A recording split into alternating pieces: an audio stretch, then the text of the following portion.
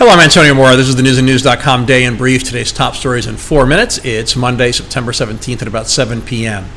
The sure thing nomination of Brett Kavanaugh to the Supreme Court was thrown into chaos today after the woman who accuses him of sexually assaulting her when they were in high school was identified.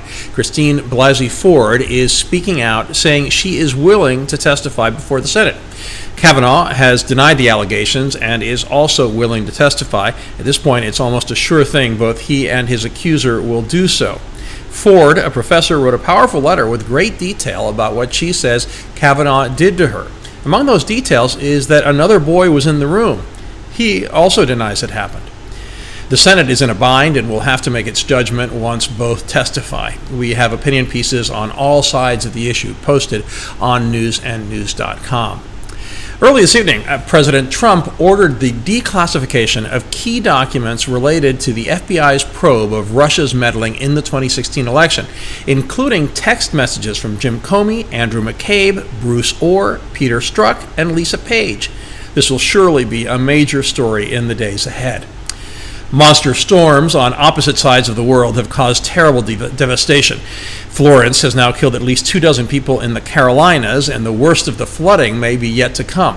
Imagine having all land access to Wilmington, North Carolina's 8th largest city, cut off by the flooding. The devastation is incredible, and the stories heartbreaking, including that of a mother whose 1-year-old boy was torn from her arms by the raging waters of a flooded creek. An even bigger storm is likely to be the most damaging ever in Hong Kong. At least 69 people were killed there, and in southern China, it had already killed at least 64 in the Philippines.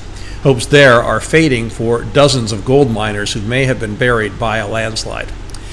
The top 2 U.S. Air Force officials testified before the Senate that the Air Force must grow its power by about 25% to levels not seen since the Cold War. They argued it's needed to meet rapidly evolving threats from China and Russia. And we shouldn't be fooled by China's open borders and the growth of its capitalist economy. It still operates as a totalitarian state, something seemingly evidenced by the mystery of what's happened to one of the country's biggest stars. Fan Bingbing has also appeared in Western films, including a couple of Marvel superhero movies.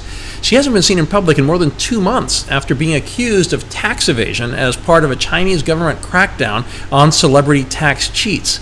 It's another echo of the Cold War.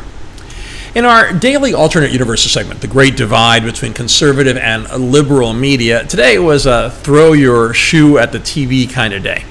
The Kavanaugh defenders on Fox spent as little time as possible on the story, and when they did, the focus was on framing it in the best possible light for Kavanaugh, raising every possible issue with the accuser, and suggesting the Democrats were the ones guilty of misconduct by releasing the information after 4 days of hearings.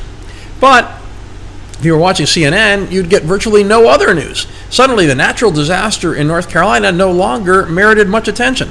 At 7 a.m., it was laughable. They spent 45 minutes on Kavanaugh, the first 37 without including any voice in Kavanaugh's defense. And when they finally did, the anchors acted as anti-Kavanaugh prosecutors, attacking everything the pro-Kavanaugh guests said. Folks, that's your objective cable news.